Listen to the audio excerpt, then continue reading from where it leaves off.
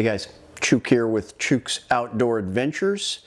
Wanted to do a video on the gear for my mountain caribou hunt. Now, earlier, about a month or two ago, this spring, well, spring for Alaska, I did a gear video on my spring bear hunt, black bear hunt. And a lot of the stuff is the same, but a lot of the stuff is different. And I got some new items. So I just wanted to briefly share with you what's different. Now, first and foremost, the different thing about this hunt is I'm going to be bringing my mountain rifle. Now, this is the Kimber Mountain Ascent, chambered in 270. 270 Winchester, I believe, is perfect for caribou. You couldn't get a more perfect round for caribou, except perhaps the 308, but I still prefer the 270. This rifle without a scope weighs just under 5 pounds. It's just incredible. I do have a little bit heavier scope. It's a Burris E1 full field on there. So it's not a super lightweight scope, but it doesn't matter because this rifle weighs nothing. And that is the biggest advantage that I am going to receive for all my lightweight gear, because for once I'm not carrying a heavy rifle back in the mountains. Now, I am going on foot. I'm hiking back into the mountains with my party, and you know, there's no four-wheelers involved, so something like this makes a huge difference. And sometimes we do go really far. We'll go 5-6 miles back to get an animal, so extremely far. Just like the bear hunt, there's going to be the Barney's Sports Chalet pack. Most hunters in Alaska, except for, you know, some that want something really high-end custom pack, consider the Barney Sports Chalet pack probably one of the best packs you can get locally here. It's just lightweight, it's very durable. It's a meat hauling pack that's not going to kill you. So when I switched to this Barney's pack a couple years ago, it's made all the difference, because before I just had some subpar hauling packs, and you'll notice a difference. Someone in our party will also have the Badlands Sacrifice Day Pack, which the top kind of folds out and you can actually put a front quarter of caribou meat in that pack. It's amazing, but it weighs hardly anything, and Badlands is, I'm a big fan of Badlands. But so going on to the new things that I got. So I got a Sig Kilo 2000 rangefinder. Now, 4 or 5 years ago, these were kind of top of the line as far as technology.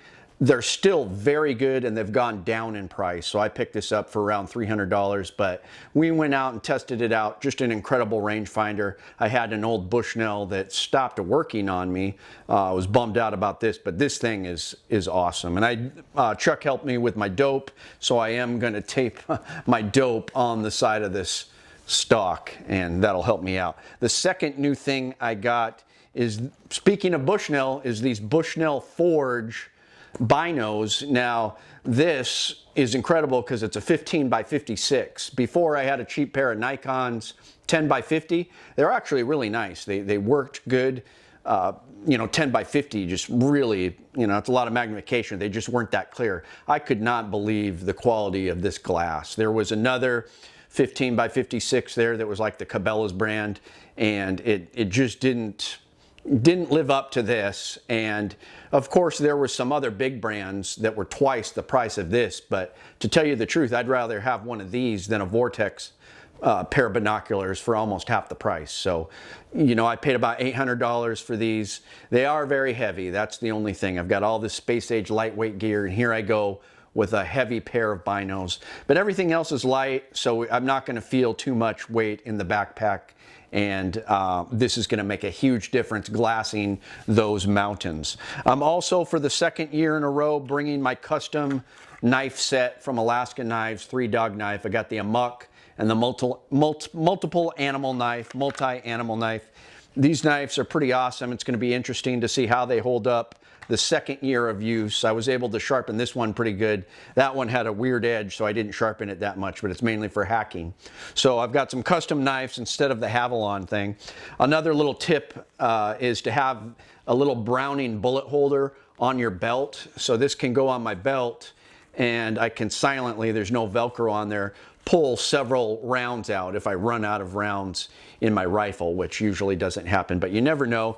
Also, it's good to have like a little pack like this with extra ammo in there. So I got that. This has got extra ammo.